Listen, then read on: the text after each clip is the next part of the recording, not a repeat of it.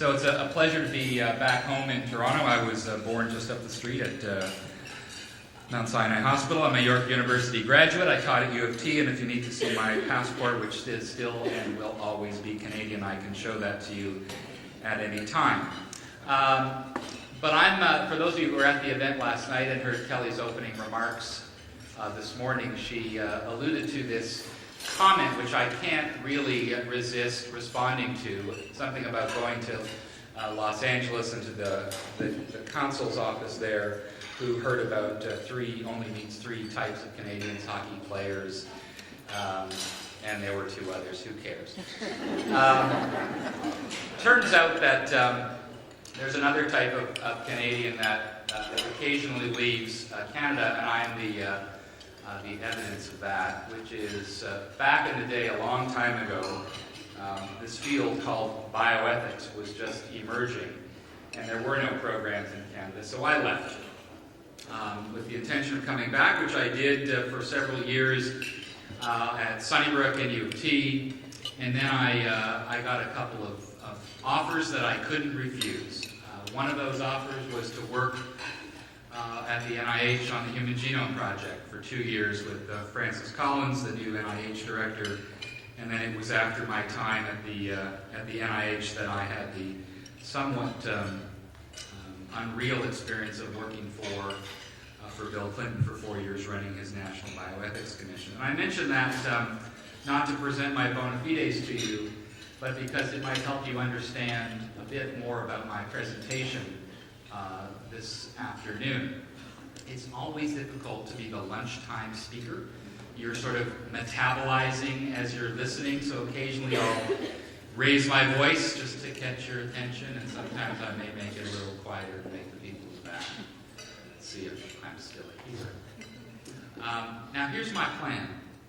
I have this idea that international leadership in science policy can be used as an instrument of innovation, not only in Canada, but is being used now, poorly in my view, by many countries around the world. And we have an opportunity as valuable in science policy as we do in technology and innovation. So for the next 20 or 30 minutes or so, or until you pull me off or you finish your dessert, I'd like to make that case to you. You should have a picture of the world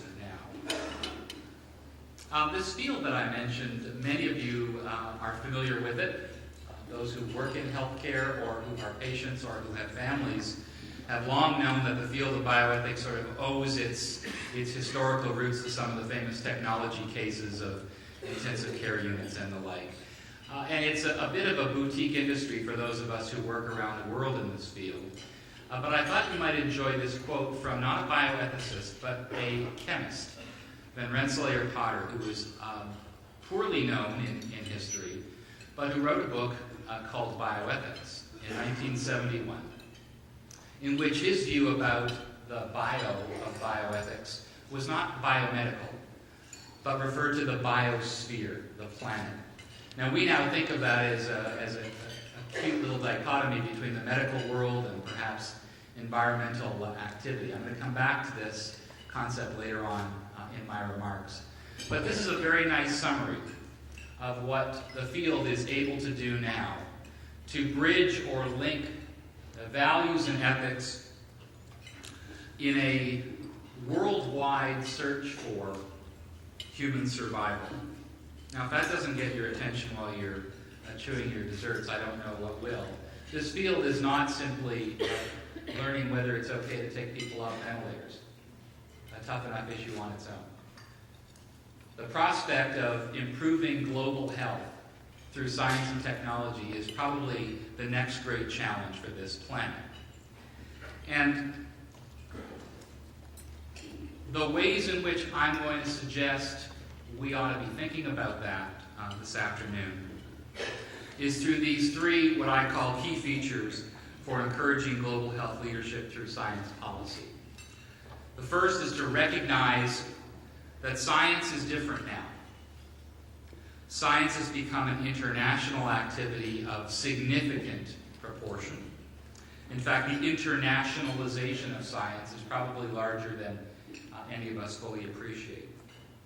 We're also going to have to understand that there are many players in global health research, not just those who are global health researchers.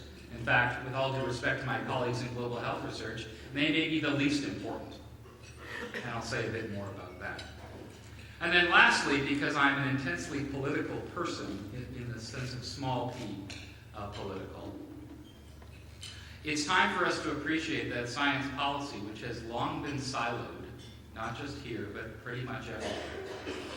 Science policy is not only about science. In fact, it's about a lot of other things.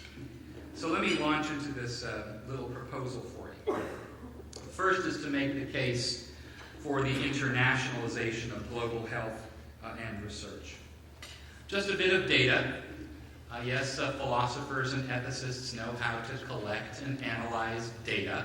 These are in no particular order. They're Meslin's favorites, and the fact that I've stopped in 2003 is just merely illustrative of a trend that stopped when George W. Bush came into office. But I thought I would use the optimistic curve that before the flat line really took shape.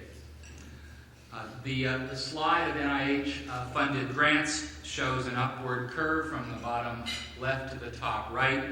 And all you need to know about reading curves is that when they go up, that means there's more. There's more international research being funded by the NIH. Canada is the principal recipient of non-U.S. NIH funds. It has been for many years. It continues to be. The U.S. Office of the Inspector General collected data at the end of the last decade, which documented a 16-fold increase in the number of foreign clinical investigators conducting FDA-sponsored research, and the number of countries in which FDA-sponsored research occurred rose from 28 to 79. The numbers themselves are not significant, nor are you going to remember them. Other things in this talk I guarantee you will remember, but this might not be one of them. All you need to know is that there's a lot more research going on.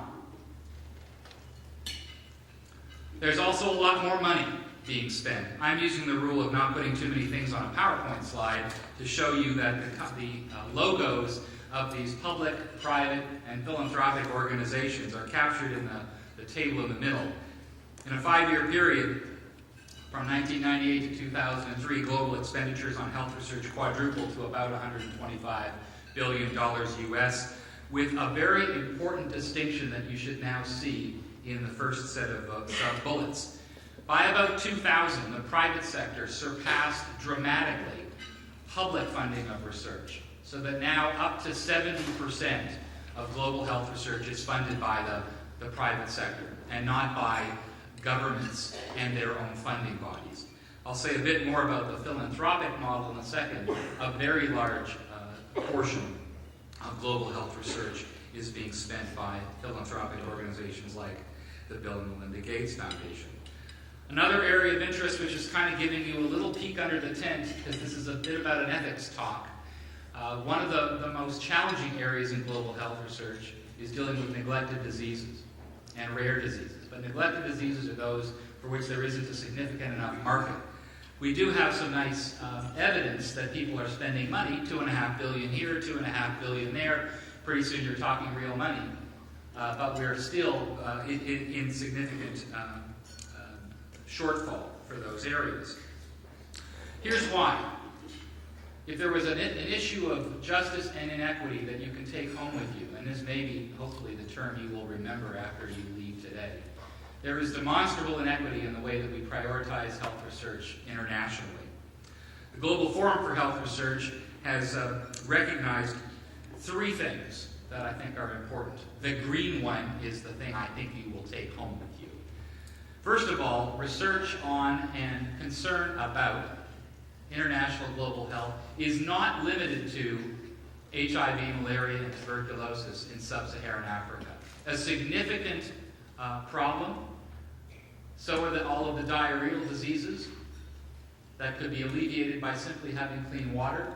But you have to recognize that individuals around the world are also sharing in our health problems. High burdens of non-communicable disease, cancer, diabetes, heart disease, and stroke. That's on top of the continuing burdens of the infectious diseases.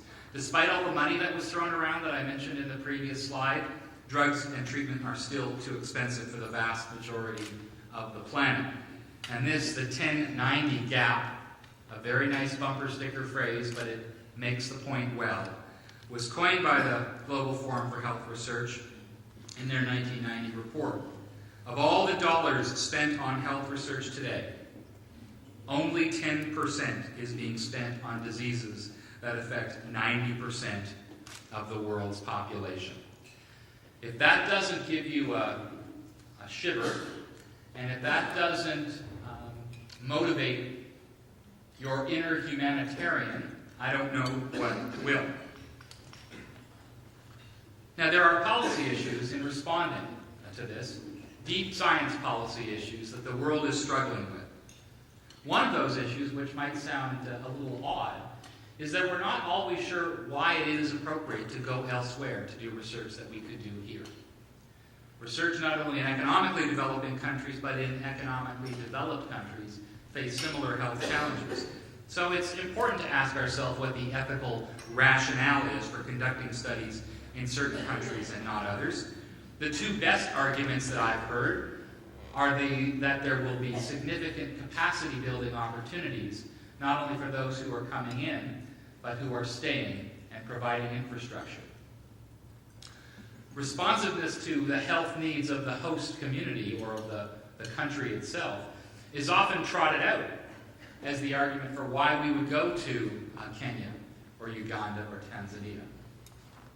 We've got diseases like cancer here, they've got diseases like cancer there. Why should we go there? There really isn't a malaria problem in Canada or the US. We're also asking whether or not the standards that we use can be generalized or universalized. I've shortened this to asking the question of whether morality is local or global. I'll give you an example. These two pictures are photos that I've taken from a rural health clinic in Eldoret, Kenya, where our university has had a 20-year partnership. I'll say more about that on the last slide. We talk about issues like informed consent and research ethics boards, and the importance of assessing the ethics and the quality of science. They do the same thing in Kenya, they do the same thing in Tanzania, they do the same thing in Cambodia. 85 countries in the world right now have standards for evaluating ethics research, just like we have in Canada, just like the Tri-Council policy has proposed. And yet there's an intriguing challenge. I've listed it here as consent involving women. Did you know that in Kenya it is not appropriate for women to give first-person consent to participate in health research without the prior approval of their husband or the male head of household, which may be their minor son. Now, it's one thing for us to sit around and talk about investing more in global health and honoring our commitments internationally. It's another thing when we get on the ground and find out how to implement those policies. And what about the problem that we're all hoping to solve, and that's producing benefit, producing real impact? We don't just do this for the money. We don't do it because it's fun. We don't do it because science is interesting, although those are all reasons that we might go elsewhere. If research produces benefits, then surely to goodness we've got to ask ourselves, what's the appropriate way of allocating those resources once they are produced? Should we be giving access to medicines? Should we be giving access to infrastructure? Now, all of this has led to some troubling stories.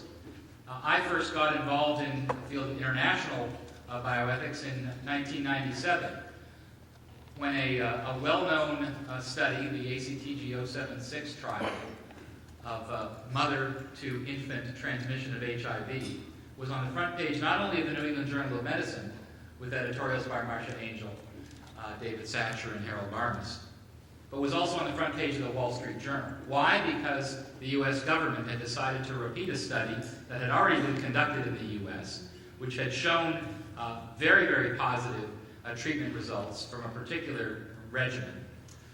But when the study was redesigned and undertaken in sub-Saharan Africa and parts of Thailand with a placebo, the ethics, so to speak, shit hit the fan. I'm not worried like Jim Valsely was about the media, if you want to quote that, that's fine. Worse things were said about those trials. There has been increasing scrutiny. Pfizer had a major infectious disease study which was only now settled a year ago with the Nigerian government when it was claimed that they went into Nigeria during an epidemic, carried out infectious disease research, and didn't get prior ethics approval. When you read the court materials from Pfizer, their motivations were solid, ethical, laudable. They wanted to respond to a health need, and they wanted to do it with their money and their resources and hopefully help a burden that was affecting that population. The ethical issue for Pfizer was whether they actually got full informed consent and whether the government approved. These are the stories that are coming out, and I'll tell you, when we were hearing about this at the National Bioethics Advisory Commission, it was among the most challenging issues that we had faced, but for one that I'll mention in a minute. So that's the first, if you're keeping track, the first of the 3 points that I'm going to focus on. The second is knowing the players. And I mentioned in a couple of slides ago that 2 to 3% of global health funding is provided now by philanthropies or charities. These are just a few of the obvious ones. You know about Carnegie, you know about Rockefeller, Pew. Yes, Oprah Winfrey is a huge sponsor of international health research. So are the Lillies of Eli Lilly fame. We might think of global health research when we wear this hat, or global health rather, when we wear this hat. The hat of humanitarian intervention or humanitarian aid, depicted by a UN bomber literally dropping resources onto the ground. By the way, sometimes those resources actually hit people on the ground and kill them. Sometimes those resources fall out of a plane and people come out of the woods and start shooting the people who are there to collect them. Humanitarian aid and humanitarian intervention is one of the most intriguing diplomatic and foreign policy challenges we face today.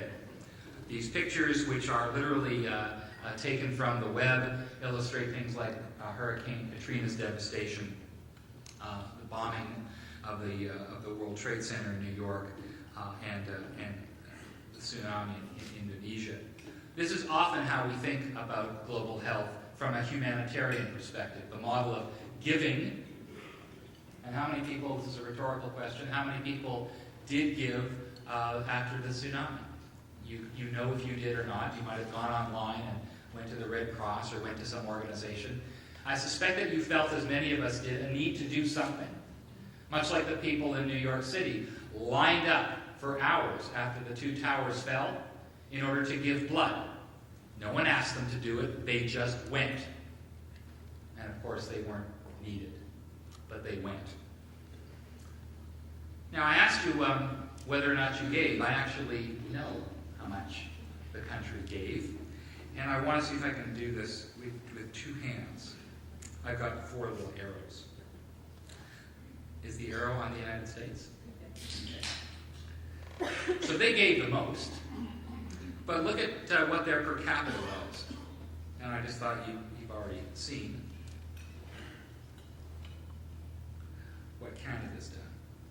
We gave more per person, and I think the right-hand column is much more interesting than the left-hand column, because it's really unfair to look at gross numbers like this. But look whose company we keep, and it is rather intriguing that we keep the company of those whose countries have a long history of humanitarian aid. We don't have to go all the way back to Lester Pearson and his Nobel Prize for the Suez Canal crisis, but Canada has a proud history of humanitarian intervention. So this begs the question whether or not some countries are more ethical than other countries. I've just picked 2 famous buildings from places that I spent the last 25 years of my career fooling around in. And yet it's sort of interesting that we look at these 6 or so bullets, which I would consider to be characteristics of or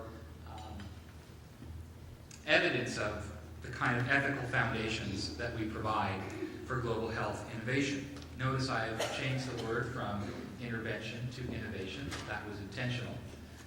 This meeting is all about innovation.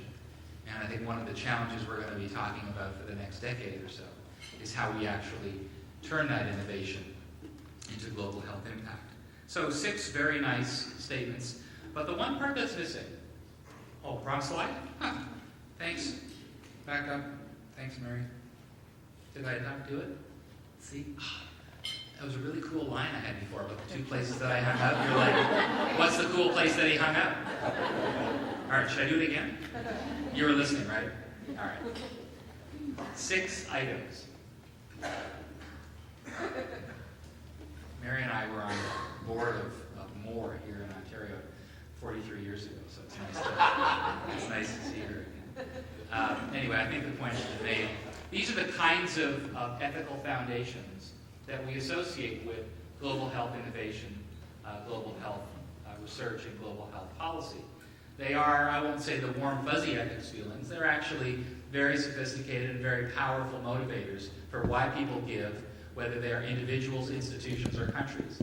And you can actually trace or track Canada's role, as well as the US and other economically developed countries in their international trade portfolio and international aid portfolio to these kinds of things. What's missing from this list is economic impact, economic justification.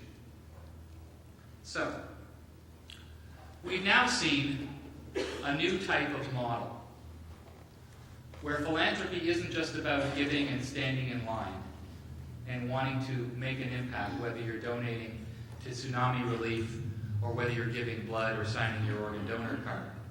Those are important acts of social altruism, but they are very different from what the 2 Bills and Warren have been doing lately.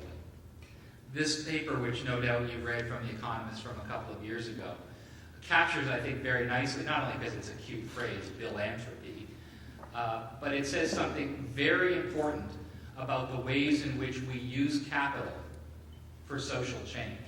It's not just because it feels good.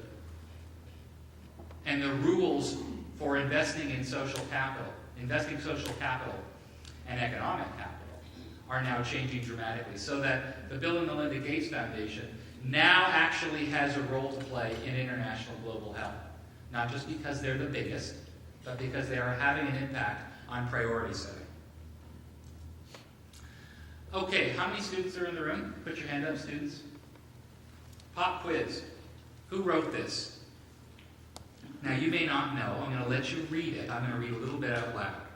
Advances in science, when put to practical use, mean more jobs, higher wages, shorter hours, more abundant crops, more leisure for recreation, for study, for learning how to live without the deadening drudgery which has been the burden of the common man for ages past. I won't keep reading. Anybody know who wrote that? One of the most influential science policy advisors on this continent was Vannevar Bush, no relation, who wrote a report called The Endless Frontier in 1945 for Teddy Roosevelt. One of the most powerful reports that was very un-American, if I could say. I put it up here without any attribution, because if you read the entire report, it doesn't look anything like what you think Americans think of. This is about the common good. This is about why we invest in science and technology. This is about what the investment in science and technology will do for all of us, and not just those who are investors. So whether or not it's 100,000 here or 100,000 there, the argument that we heard this morning, or whether it's $10 here or $10 there, this is where we're going to be going. In a sense, it's a kind of back to the future. I'm a bit of a biased person. I don't mind admitting the bias. In my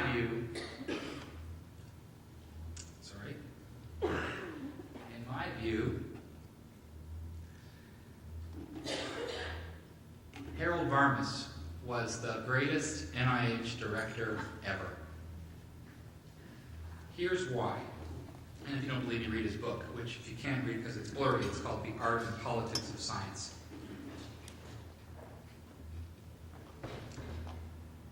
Varmus is a Nobel Prize winner. Ran labs, got lots of NIH money, was tapped to become the NIH director. And he said until the mid-1980s, when I was in my mid-40s, I paid relatively little attention to the intersection of politics and science. This did not mean I was apolitical. I followed political events closely and had strong, largely left liberal opinions about them.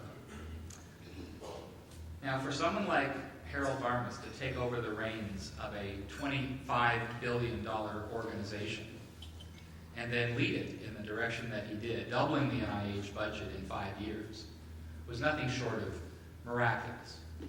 Now, on the way, Varmus noted in his book a couple of intriguing bits of social and political history. One of which was the naming of the AIDS virus, something that many of you may not have bothered to think about as an interesting science policy story. But in fact, like most science policy stories, it's the personalities that have the greatest impact on how science policy is constructed, and the fight between Bob Gallo and Luc Montagnier was vicious. Varmus recalls that acceptance of a name for the virus by the scientific community was not only about their ego and their place in history. By the way, Montagnier won the Nobel Prize, Gallo didn't. But it could affect the outcome of debates over patents and the distribution of royalties, influence the award of important prizes with the implications for national stature, and on and on. It's kind of a sad commentary that some of the greatest fights in science policy are about these sorts of things rather than the parts that I was mentioning earlier. Another fight, one that I had a front row seat in.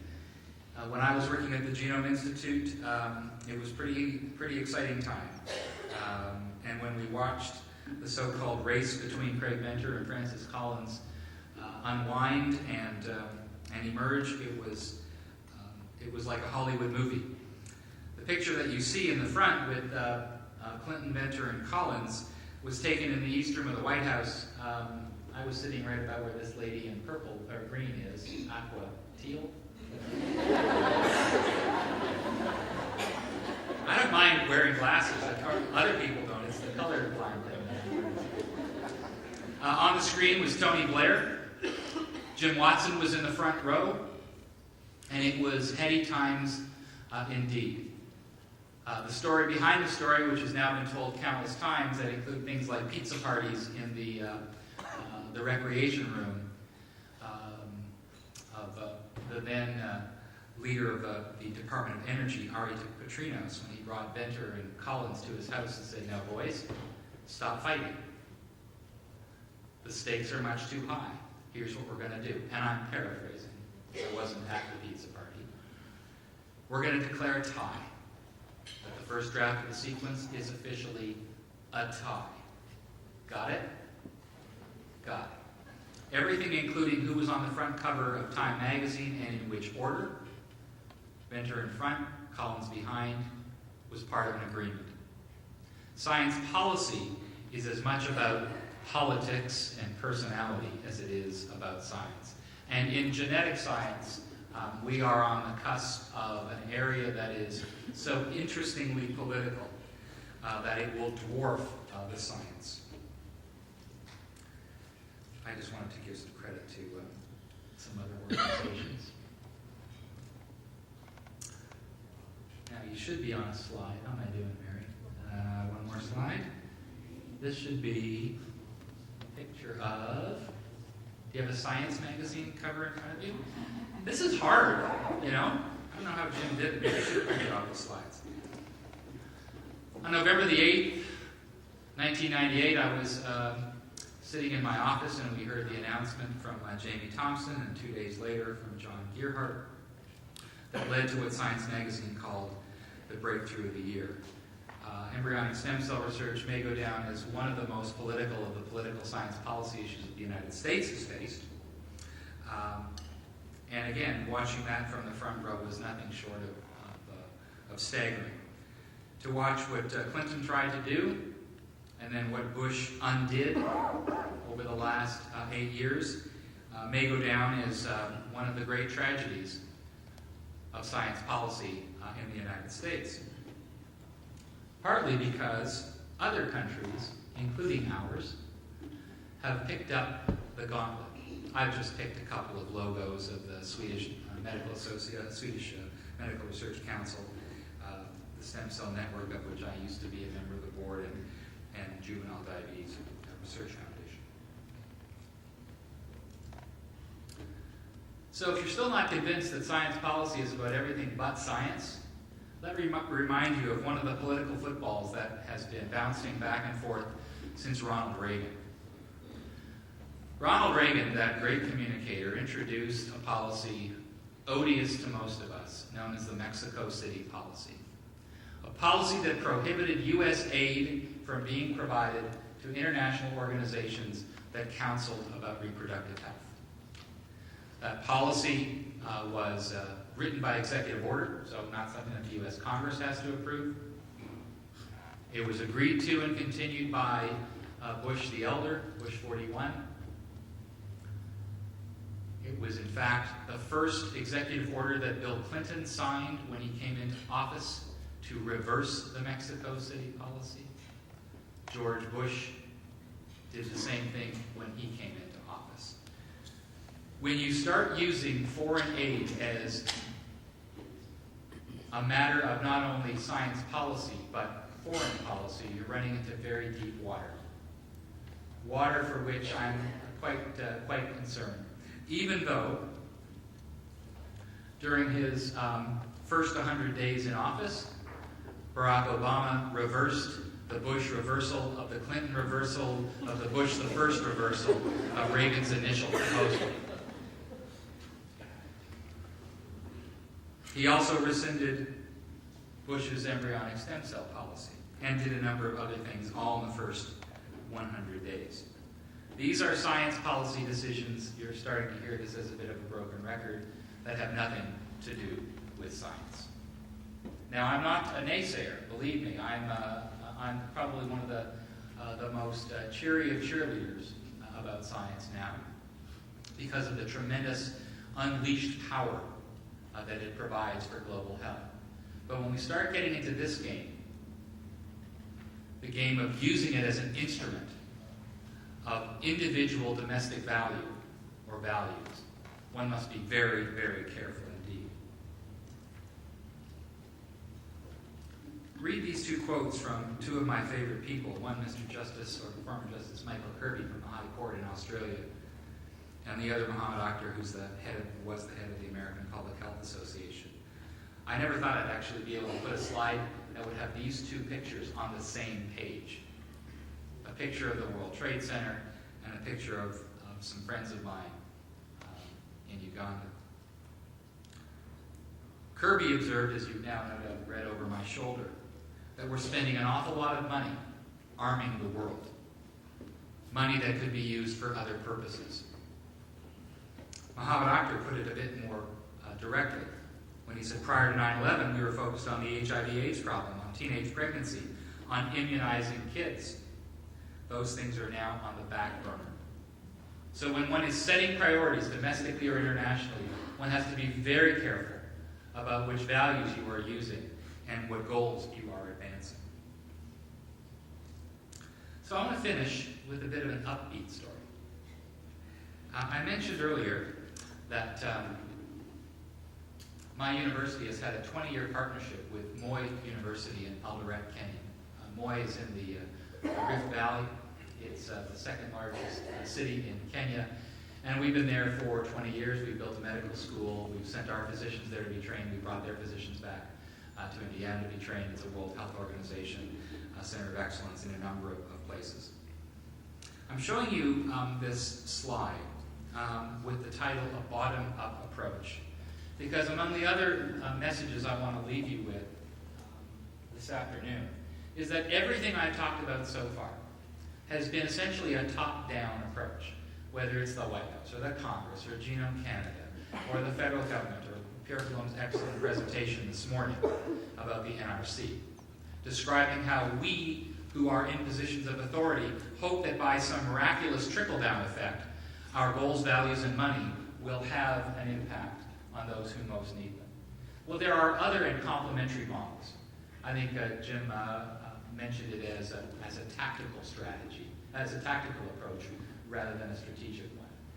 This case study goes something like this. In 2000, we treated our very first HIV patient in the Moy Teaching and Referral Hospital. Now we're treating over 70,000. But guess what? Providing antiretrovirals to people in sub-Saharan Africa without providing them with food or income security does very little, let alone the fact that if you don't have roads to get it there, or refrigerators to keep the medicine, or docs who are trained to provide it, can't do anything. All the antiretrovirals in the world won't save one person unless the infrastructure is there. Now we know that, so rather than just talking the talk, we built farms, lots of them. Those farms are now sustaining the economic and nutritional well-being of the population in the catchment area, which is now about 10 million people in East Africa. So we've added food security, labor security to supplement healthcare. This is done from the ground up.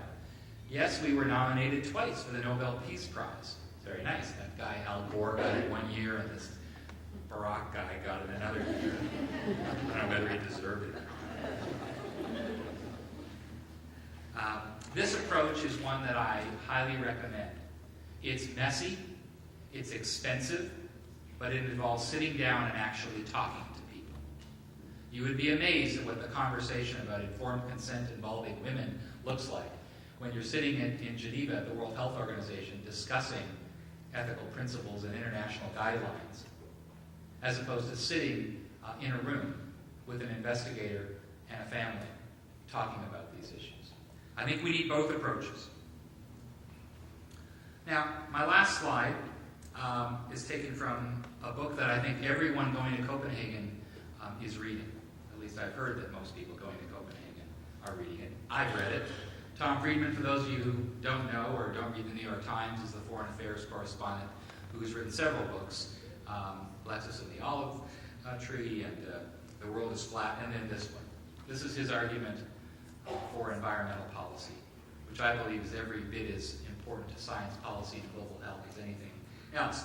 And he wrote this kind of cool argument that goes something like this. We need to get away from the tree-hugging model of environmental concern and global climate change. We need to be thinking about this as an economic and innovation problem. And he says, somewhat humorously, I'm convinced that the best way for America to get its groove back, this is during the previous 8 years of darkness, is for us to take the lead in solving the world's big problem. I'm wondering, what's Canada's groove?